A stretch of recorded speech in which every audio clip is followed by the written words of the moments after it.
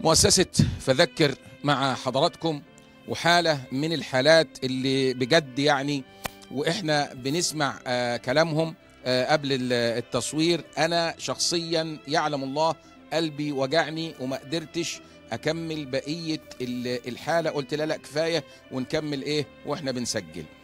أثر عن بعض الصالحين أو بعض الصحابة قال لو كان الفقر رجلا لقتلته. هو ده بالظبط معاناة الأسرة اللي معانا دلوقتي. هنعرف على طول. اسمك ايه؟ اسمي سارة جميل. سارة، اهلا يا سارة، ازيك؟ الحمد لله. انت متجوزة طبعا؟ وده ابنك؟ ايوه. اسمه ايه؟ احمد. احمد، ربنا يبارك فيه يا رب. احمد عنده قد ايه؟ عنده 4 شهور ونص. 4 شهور؟ يا ربنا، بسم الله ما شاء الله. ماله؟ عنده مية على الكلى وعنده مشاكل في القلب. مية على الكلى ومشاكل في القلب. ايه المشاكل اللي في القلب؟ عنده رباعي قلب مخلي قلبه ضعيف، وعنده ضيق في الشرايين. رباعي في القلب وضيق في الشرايين ومية على الكلى. مية على الكلى، يعني 3 عمليات مش عملية واحدة لطفل عنده 4 شهور. أكتر حاجة بتوجع حقيقة الضنا، أكتر حاجة بتوجع الضنا، خاصة لما يكون يعني زي ما بيقولوا العين بصيرة والإيد قصيرة. أنا سامع صوت ضربات قلبه، أنا سامعها من هنا. يا رب تقدر المايك يجيب لكم صوته.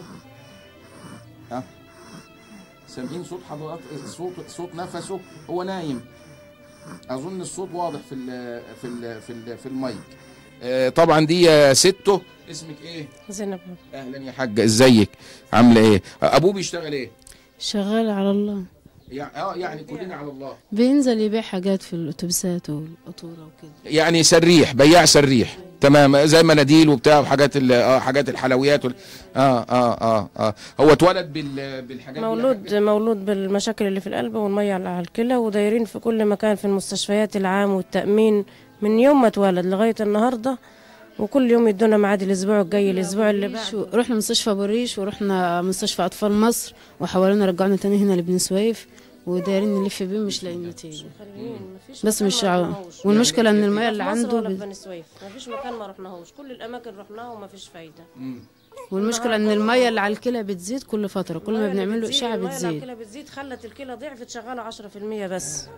وقالوا لنا ده كتر الاهمال والبطء هيسبب له فشل كلوي، وده طفل لسه صغير. يعني تكلفة الجري والرمح ده والعلاج ده في حدود قد ايه مثلا في الشهر؟ ومحدش، لا ده احنا بنعدي حوالي من 15-17 ألف كل شهر. مصاريف اشاعات وكشف بس، فحدود العمليه احنا مش عارفين هي تصرف كام. دكتور العمليه قال لي ده مش هتقدر على التكاليف بتاعتها عشان تكاليفها غاليه جدا. هتتحط في حضانه بعد العمليه ومش هتقدر على تكلفتها على حساب. ما قالكوش في حدود قد ايه تكلفتها؟ لا ما قالناش، قال هي تكلفتها عاليه فلازم يعملوها في مستشفى او مؤسسه علشان ده تكلفتها عاليه مش هتقدر عليها. والطفل بعد العمليه هيحتاج حضانه، والحضانات اللي زي كده تكلفتها عاليه برضه. فمش عارفين بقى نعمل ايه. الولد صوته يعني بيشخر وهو نايم كانه واحد كبير بسبب ضيق الشرايين عنده. ربنا جسمه بيزرق جامد قوي، ووشه لما بيعيط وبيكح يزرق جامد. أيوة عشان احنا الواحد فينا وهو كبير لو عنده شيء برد وعنده ضيق في التنفس بيبقى العمليه صعبه جدا يعني. طيب طلباتك ايه يا ست الكل؟ انا مش طالبه حاجه غير ان يعملوا العمليه.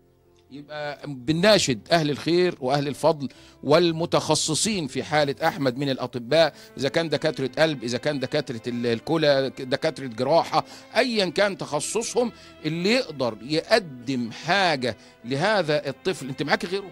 لا اول طفل. يعني ده اول فرحتك؟